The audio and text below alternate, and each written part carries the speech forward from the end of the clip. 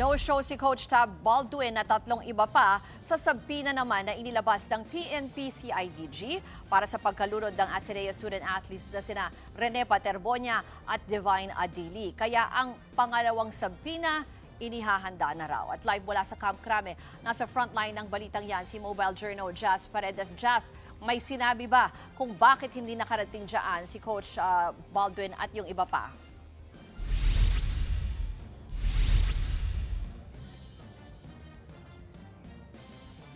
Ruth, no-show si Coach Tab Baldwin at tatlong iba pang opisyal ng Ateneo basketball team sa PNP-CIDG sa Camp Crame ngayong Lunes. Yan ay kaugnay ng sabina na inilabas para sa isinasagawang fact-finding investigation at exercise sa nangyaring insidente ng pagkalunod ng dalawang student athletes na sina Rene Paterbonia at Divine Adili. Ayon kay Interior Secretary John Vic Remulla, tanging si Ateneo Athletics Head Emmanuel Fernandez ang sumipot mula sa pamunuan ng Ateneo de Manila University Men's Basketball Team. Nagpadala naman ng abogado ang pamunuan ng Ateneo kahit pa hindi sila ipinasabpina. Yan ay para raw maipaliwanag nila ang kanilang papel sa nangyaring insidente. Muli namang mag-i-issue ang PNP sa ADG ng ikalawang sabpina para sa darating na Biyernes. Oras na hindi magpakita ang mga ito sa ikalawang beses, irerekomenda raw nila sa korte ang warrant of contempt of order. Pakinggan natin ang pahayag ni Secretary Remulla.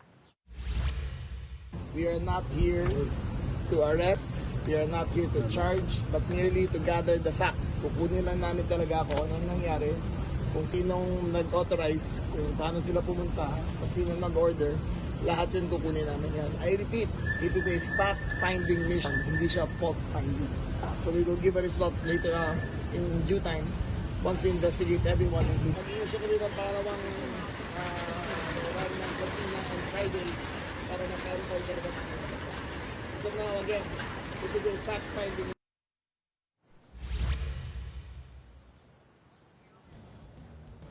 Ruth, gaya naman ng pagpapatawag ng CIDG, hindi rin sumipot si Coach Tab Baldwin sa Department of Labor and Employment.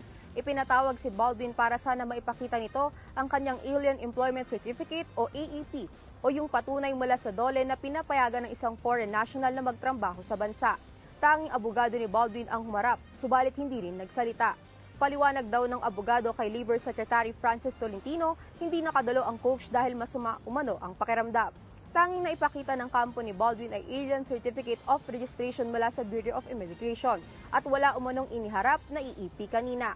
Dahil dito, muling ipapatawag si Baldwin para humarap sa DOLE sa June 25. Ruth, bukas sisilbihan din ng NBI ng sabpina ang 20 individual, kabilang sina Coach Tab at ilang opisyal ng universidad, kaugnay sa pagkasawi ng dalawang basketball players sa kanilang koponan. Ruth?